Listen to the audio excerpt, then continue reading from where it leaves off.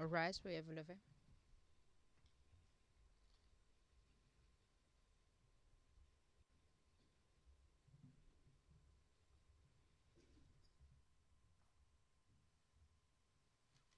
Please be seated. Pouvez-vous s'asseoir?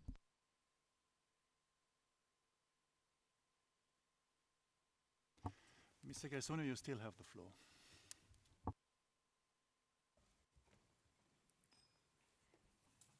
Vos honneurs, Monsieur le Président, Madame, Monsieur le juge, je voulais aborder certains témoignages ici devant votre cour. Mais avant, je voulais vous montrer, je voulais vous lire, vous dire ce que je pense des fiches dans notre pays. Un jour, je crois en 2015,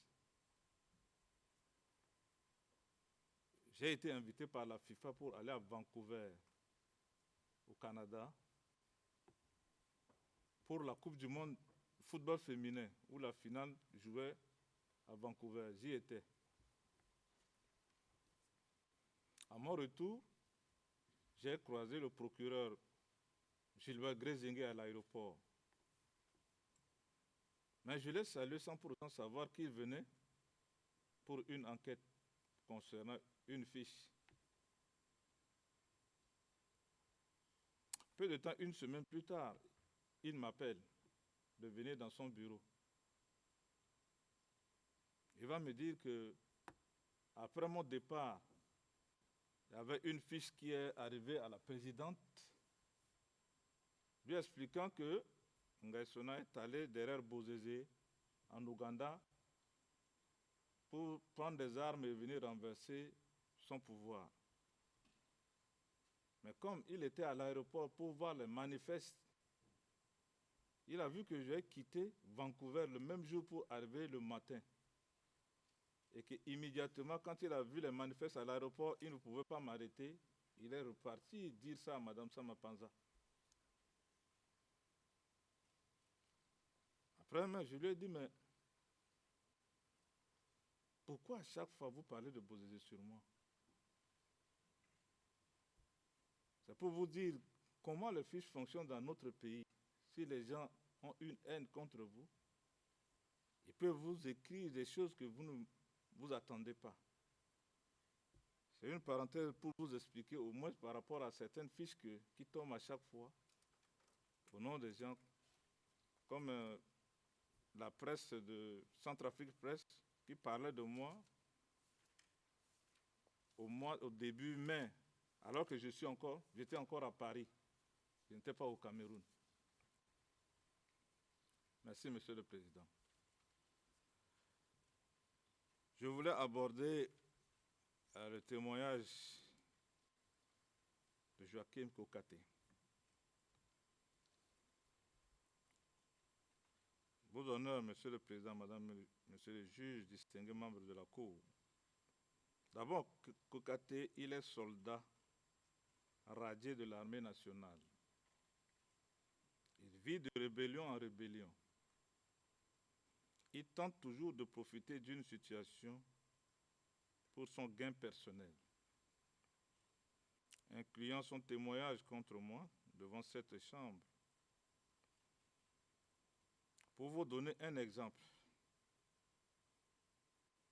Kokate est venu me voir en 2017 dans mon bureau à la Fédération centrafricaine de football pour m'avouer qu'il avait accepté de ternir la réputation de l'opposant politique du régime de Touadéra, le président de l'URCA, M. Anissé Georges Dologuélé. Il m'a fait écouter l'enregistrement, audio secret qu'il avait fait de sa conversation avec Dologuélé. Quand je lui ai demandé, tu fais ça pour gagner quoi? Il me répond, je vais remettre au commanditaire. Je lui ai dit qui? Il me dit Sani Yalo. En échange d'une récompense, c'est comme ça que COCATE fonctionne. Monsieur le Président, Madame, Monsieur les juges, COCATE, c'est un spécialiste de sale boulot. Comme vous avez compris des preuves dans son dossier, de son implication dans la subordination des témoins dans l'affaire Mbemba, comme le message qu'il avait envoyé à Bouragoro de venir témoigner en faveur de Mbemba.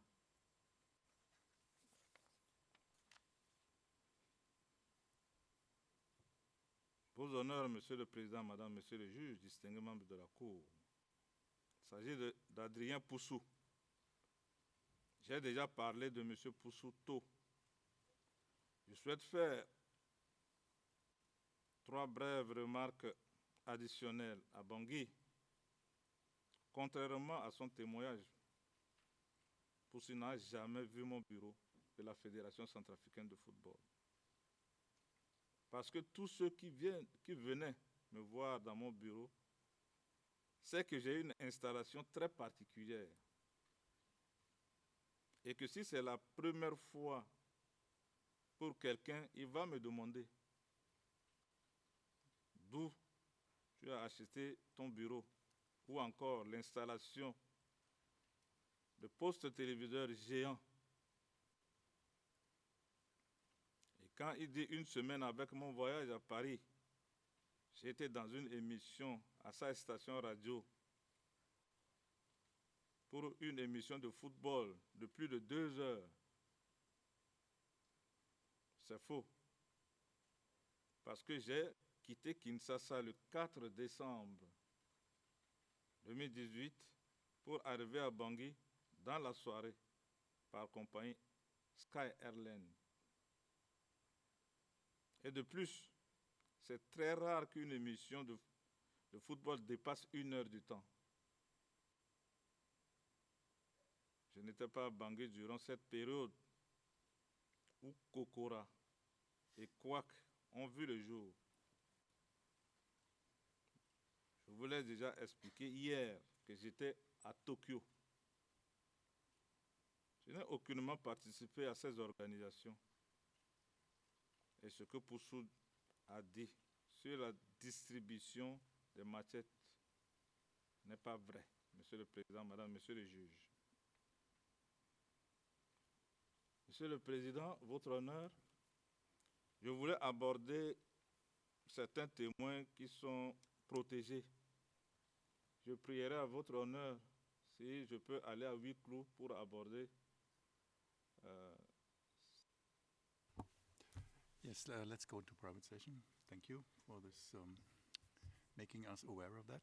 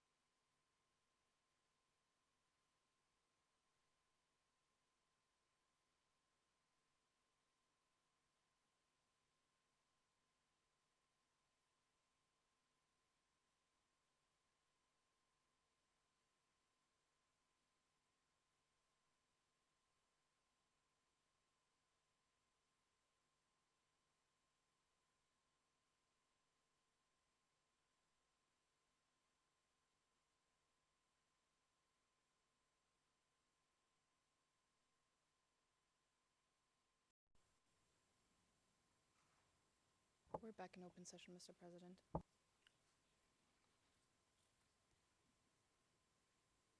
Merci, Monsieur le Président, Madame, Messieurs les juges. S'agissant de P2269 et de P2002. D'abord, s'agissant d'un certain P2269, je ne le connais absolument pas. Je ne l'ai jamais vu. Il dit que je lui ai envoyé de l'argent. Quand? Pourquoi? Où est le décharge de la somme envoyée? Parce qu'il a parlé de grosses sommes. À quelle date? En provenance de quel pays, Monsieur le Président, Madame, Monsieur les juges? C'est très facile de dire, mais où sont les preuves? Vous chercherez et vous ne trouverez jamais un contact téléphonique avec ce monsieur, ni avant, ni pendant ou après la crise. Je ne suis pas son collègue et je le connais comment? C'est la même chose pour P20-2602. Il est parmi la CPC. Et c'est l'ennemi public du gouvernement centrafricain, tout comme P2269. Comment imaginez-vous qu'il pouvait sortir et être à la disposition de la Cour? Je n'ai jamais eu à travailler avec ceux-là. Comment les autorités centrafricaines prétendent dire qu'on ne peut pas les trouver alors qu'ils sont radiés du rang de l'armée centrafricaine et pourchassés par les FACA et les Wagner? Monsieur le Président, Madame, Messieurs les juges, s'agissant de P0965,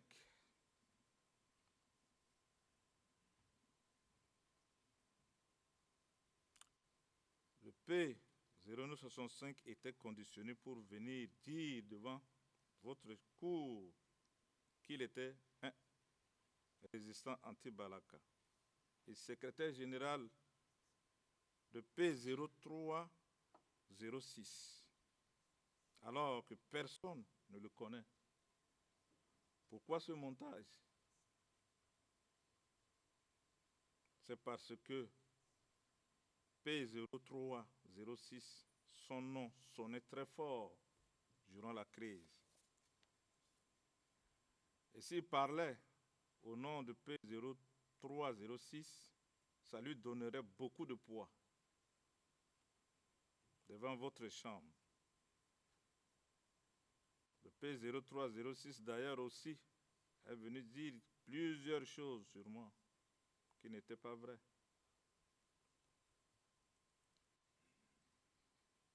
S'agissant de P1719 et 2673, je ne les connais pas, Monsieur le Président, Madame, Messieurs les juges. Pour moi, c'est la première fois que je les découvre ici, devant votre chambre. Même quand je suis arrivé à Bangui, je ne les ai jamais connus, ni physiquement, ni nommément. Et je suis surpris de leurs déclarations et témoignages devant cette chambre. Vous pouvez vérifier dans tous les documents des résistants que j'avais donnés à la communauté internationale et au gouvernement, vous ne trouverez jamais leur nom. C'est parce que je ne les connais pas. Oui, au Cameroun, de temps en temps, il y a certains Centrafricains qui venaient vers moi avec des problèmes et je leur portais secours. C'est tout. Si j'avais quelque chose sur moi, je donnais. Vos honneurs, Monsieur le Président, Madame, Messieurs les juges, distingués membres de la Cour, s'agissant de Jean-Jacques Demafoot,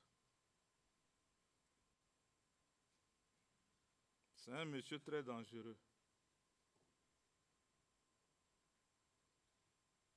Il est capable de tout pour atteindre ses fins. Il était avec les Seleka comme conseiller à la présidence auprès de Ndoto Dia. Comment pouvez-vous comprendre qu'il peut travailler de bonne foi pour amener la paix dans le pays? Lui, il aime là où il y a des troubles pour se faire parler. C'est lui qui a trompé Mme Catherine Samapanza, qui ne voulait rien savoir des résistants anti-Balaka et qui est un mouvement de résistance et de survie. Et c'est sur le cendre de ce mouvement qu'elle a eu la chance de gérer ce pays. Tout ce que j'envoie à la présidence pour régler le problème aux résistants, c'est lui qui torpille tout. Avec ses multiples manipulations qui font retarder le retour de la paix en République centrafricaine. Il voulait aussi faire tomber la présidente. Heureusement, beaucoup de ces tentatives ont échoué. Il a un groupe de rebelles qu'il utilisait pour détourner l'argent de DDR à l'époque de l'ancien président Bozizé. Et même pendant la période de la transition, il a fait venir tous ces éléments à Bangui, dirigés par le lieutenant Larmassoum, qui commettait des viols, des crimes, des pillages dans Bangui, que les résistants anti-Balaka lui ont mis la main dessus. Il a été remis à la gendarmerie et Demafoot a tout fait pour qu'il soit libéré. Tous ces éléments portaient des gris-gris comme les anti-Balaka. C'est difficile de faire la distinction. Il a instruit le président du Conseil d'État pour aller me faire retirer sur la liste des élections législatives, après avoir demandé à sa femme, Mme Darlan, d'invalider mon dossier à la présidentielle de 2015-2016. Monsieur le Président, Madame, Monsieur les juges, je suis vraiment estomaqué de voir ici que tous ceux qui s'amusent sur les Facebook me sont attribués.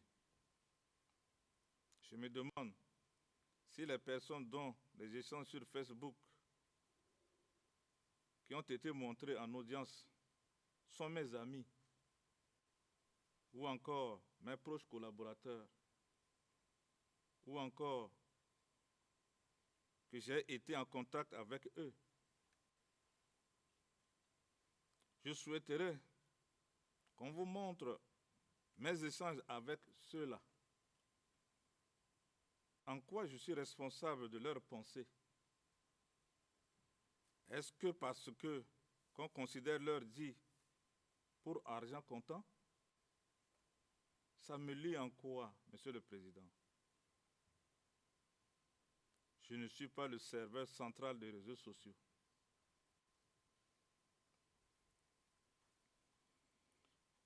Vos honneurs, Monsieur le Président, Madame, Monsieur le juge, j'aimerais aborder avec vous mon transfert après mon arrestation.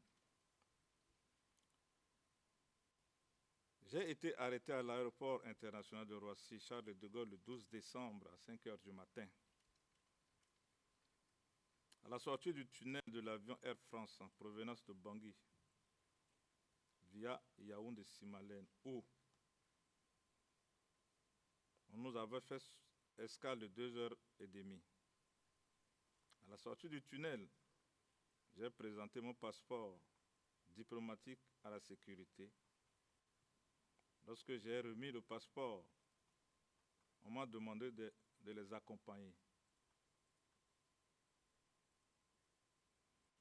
Dans la salle, on m'a expliqué que la justice française, en collaboration avec la CPI, avait reçu un mandat d'arrêt en mon nom et qu'ils étaient obligés de m'arrêter. Ce jour-là, ma maison a été perquisitionnée. J'ai ensuite été amené à la grande prison de Fresnes, dans le 91e arrondissement. Pendant tout ce temps, je n'avais pas d'avocat. Ce n'est que plus tard que M. Lin Banoukepa, inscrit au barreau de Paris, m'a conseillé. Il m'a expliqué que la justice française ne faisait qu'appliquer la convention internationale signée avec la CPI. Et comme je ne connais rien dans cette procédure, je suivais ses conseils. Lors de l'audience pour décider si oui ou non on devait me transférer à la CPI, j'étais tétanisé quand la juge a demandé à mon avocat s'il avait des objections sur la procédure à évoquer. Il prend la parole pour dire qu'il se plierait seulement à la décision de la juge, que la juge prendrait. J'étais estomaqué. Le 21-22 janvier 2019, une équipe de la CPI est venue me voir pour m'interroger. Le premier jour, j'ai répondu à leurs questions. Le lendemain, je leur ai informé que je ne venais plus continuer. À un moment donné, je vois le procureur Kweku Vanderpoel arriver. Il me salue. Je réponds merci. Il me pose la question. Vous vous rappelez de moi? J'ai répondu oui. Il est parti. On m'a ramené à la prison de Fresnes vers 21h. Et dans la foulée, à minuit, on m'appelle par interphone pour me demander de m'arranger à 4h du matin. On viendra te prendre pour la CPI. J'ai demandé si mon avocat était informé de cela. On m'a répondu qu'on ne savait rien et que cela ne le regardait pas. Monsieur le Président, Madame, Monsieur les juges, à 4h du matin, j'ai été amené à l'aéroport Roissy-Charles de Gaulle. Nous avons ensuite quitté Charles de Gaulle pour Amsterdam. À mon arrivée à l'aéroport Amsterdam, il y avait toutes les dispositifs de sécurité sur le tarmac de l'aéroport Amsterdam. Avant même de me descendre de l'avion, on m'habille d'un gilet pare-balles avec une ceinture à 2 minutes croisée. On me bloque les bras croisés au niveau de la poitrine jusqu'à mon arrivée au centre de la détention. Au centre de la détention de la CPI, vos honneurs, Monsieur le Président, Madame le juge, distingués membres de la Cour. Je suis arrivé au centre de détention de la CPI le 23 janvier 2019, dans l'après-midi. J'ai été reçu par le gardien du centre pour des formalités de la sécurité. Avant d'être reçu par M. Desbisson, il était là la première personnalité du greffe à me recevoir à mon arrivée. J'ai constaté à mon arrivée au centre de détention plusieurs problèmes au niveau de l'application des normes et des règles du centre. Je ne vais pas m'atteler là-dessus, mais je voulais vous donner des exemples que j'ai subis au centre de détention. J'ai beaucoup souffert durant ces 5 dernières années. Premièrement, j'aimerais rappeler mon droit d'aller aux fraîcheurs. Les jours d'audience n'ont pas été respectés jusqu'à ce jour. Deuxième, Monsieur le Président, Madame, Monsieur les juges, la nourriture qu'on nous sert au centre de détention ne respecte pas ma culture.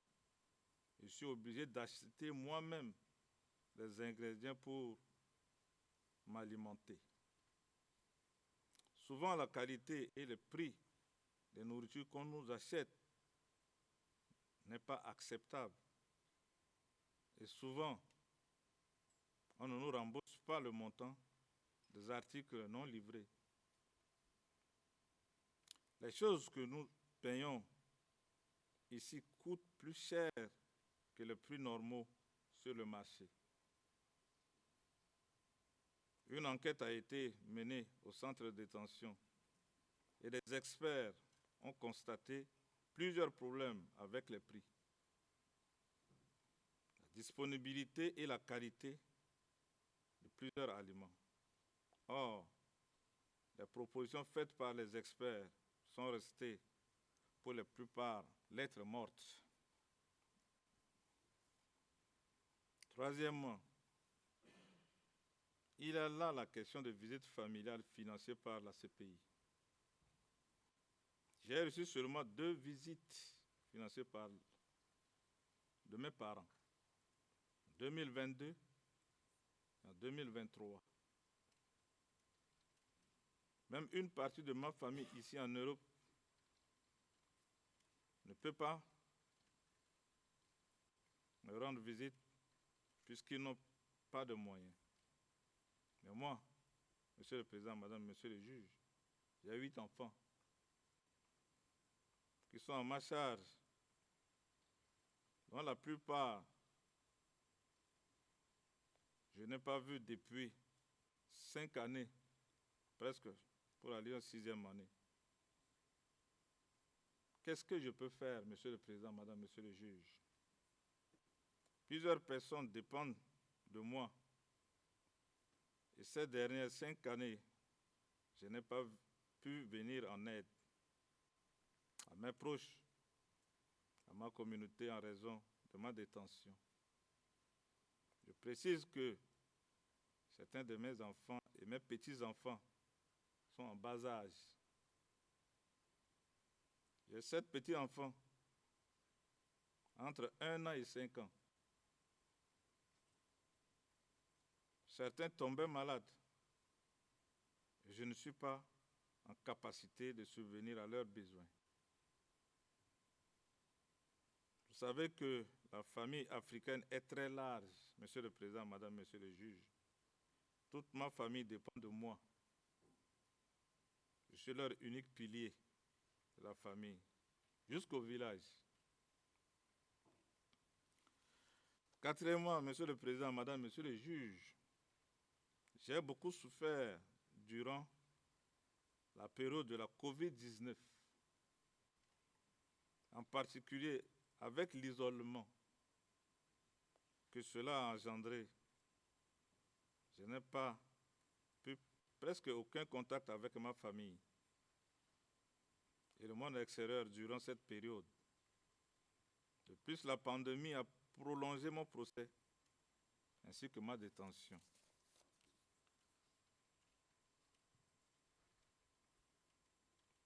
Finalement, je vous prie, Monsieur le Président, Madame, Monsieur les juges, d'utiliser le pouvoir que vous a conféré la norme 94 du règlement de la Cour afin de mener une inspection judiciaire au centre de détention à l'improviste pour toucher la réalité du terrain et de voir de vos propres yeux ce qui se passe. Je sais que vous faites confiance à vos collaborateurs, mais il y a un principe qui dit « La confiance n'exclut pas le contrôle », Monsieur le Président. En conclusion, Monsieur le Président, Madame, Monsieur les juges, les résistants appelé anti-Balaka. Concernant les résistants anti-Balaka, mon rôle était de faire comprendre à ces jeunes résistants la nécessité de faire la paix. Vite la paix revient au pays, mieux vaut pour leur image de sauver la patrie.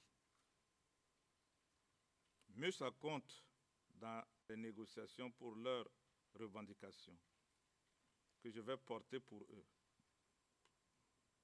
Je leur donnais des conseils de ne pas céder à des manipulations, des opportunistes qui veulent les utiliser pour atteindre leur fin. Je leur prodiguais des conseils pour leur vie aussi. Exemple, je leur dis,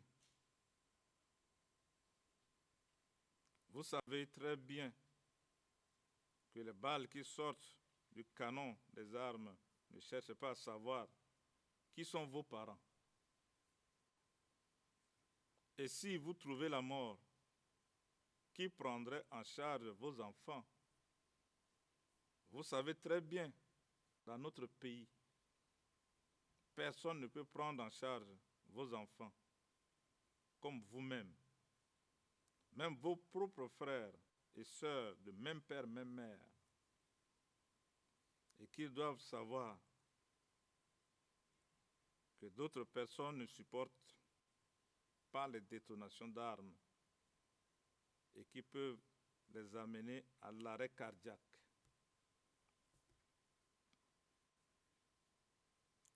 Votre honneur, Monsieur le Président, Madame, Messieurs les juges, le procureur a argumenté que j'ai tenté de profiter du mouvement de résistance anti-Balaka. Non seulement n'ai-je pas profité du mouvement, au contraire, j'ai tout sacrifié pour représenter ce groupe de jeunes désœuvrés en acceptant de devenir leur interlocuteur auprès du gouvernement et des instances internationales et œuvrer pour le retour de la paix dans mon pays.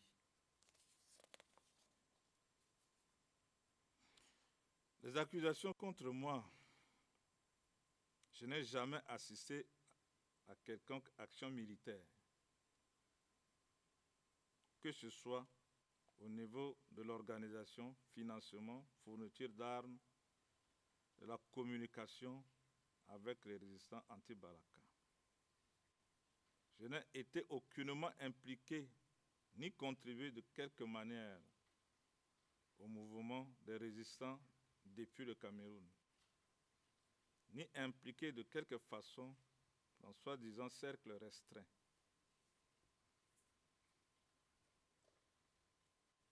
Votre honneur, Monsieur le Président, Madame, Messieurs les juges, le gouvernement de transition, c'est au gouvernement de transition de prendre ses responsabilités pour faire revenir la paix. J'ai fait ce que j'ai pu faire afin que le gouvernement me suive pour la paix. Mais ils ne l'ont pas fait. Il n'a pas fait son travail. Si le gouvernement de transition m'aidait dans la volonté de la recherche de la paix, sans préjuger de mon ethnie, de ma région, et de vouloir me coller à Bozézé, déjà au mois de février-avril, on aurait fini par parvenir à une réconciliation et la paix devrait retourner vite. J'ai mis dans ma tête un proverbe qui dit « Il ne faut jamais jeter la manche après la cognée ». Autrement dit, il ne faut jamais se décourager pour amener la paix dans mon pays.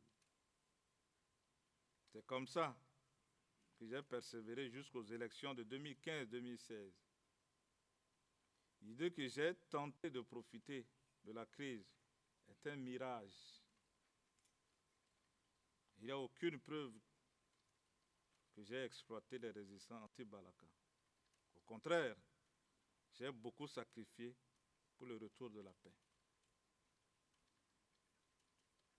Monsieur le Président, Madame, Messieurs les juges, ce que j'ai perdu et subi. Je réalise, Monsieur le Président, Madame, Monsieur le juge, que la population centrafricaine a beaucoup souffert durant cette crise. J'ai aussi beaucoup perdu pendant la crise.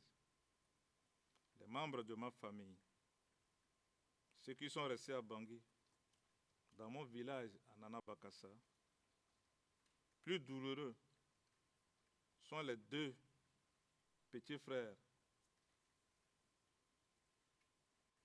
décédés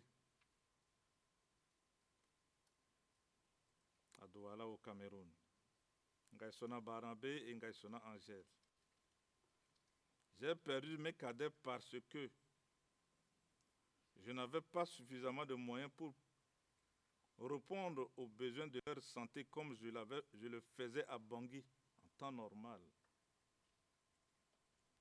Et mon entreprise familiale, la destruction de mon entrepôt, ma villa, mon entrepôt dans ma concession privée.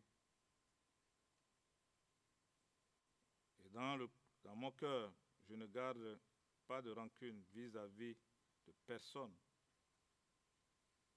Enfin, j'ai perdu mon père le 15 février 2024 à Paris, après une courte visite au centre de détention en 2023.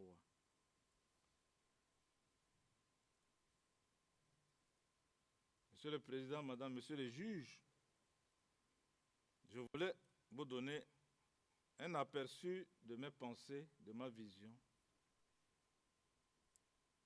sur la paix et la réconciliation dans notre pays. Si je suis libéré, j'aimerais reprendre le travail que j'ai entamé avant mon arrestation pour mon pays, pour la paix et la réconciliation en République centrafricaine. Je vais proposer aux Centrafricains ma philosophie de la route à travers mon parti, avec la vision pour relever mon pays, avec un peuple uni, indivisible, de toutes les confessions confondues. Je souhaite que mon parti, le PCID, soit une route qui amènera mon pays vers un développement, bien-être de son peuple, amènera le pays vers la paix durable, la population vers une réconciliation et vivre ensemble, les Centrafricains vers la santé pour tous, avec une instauration de la carte vitale. Soignez d'abord avant de demander l'argent. Vers une éducation de métier, c'est ça qui manque en notre pays. L'indépendance totale de la justice et justice pour tous. Les Centrafricains vers une amélioration nette de leurs conditions de vie. Vers une modernisation de l'agriculture, instauration de d'autres nouvelles cultures. La jeunesse, une amélioration de vie avec création de travail et la professionnalisation du sport, art et de la culture. Un pays avec une diplomatie agissante, gagnante-gagnante. Le futur de la République centrafricaine dépend de tous les filles et les fils épris de la paix et de son développement. Vos honneurs, Monsieur le Président, Madame, Messieurs les juges, je ne peux terminer mes propos sans vous solliciter de tenir compte de tout ce que j'ai subi, soit pris en compte par votre Chambre. Ma vie est entre vos mains, et entre vos mains, celle de toute ma famille, et de tous les Centrafricains épris de la vérité et de la justice.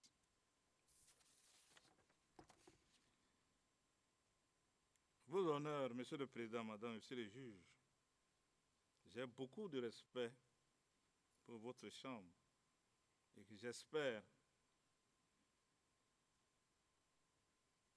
que personne ne sera jamais placé dans ma position dans laquelle j'étais en 2013-2014.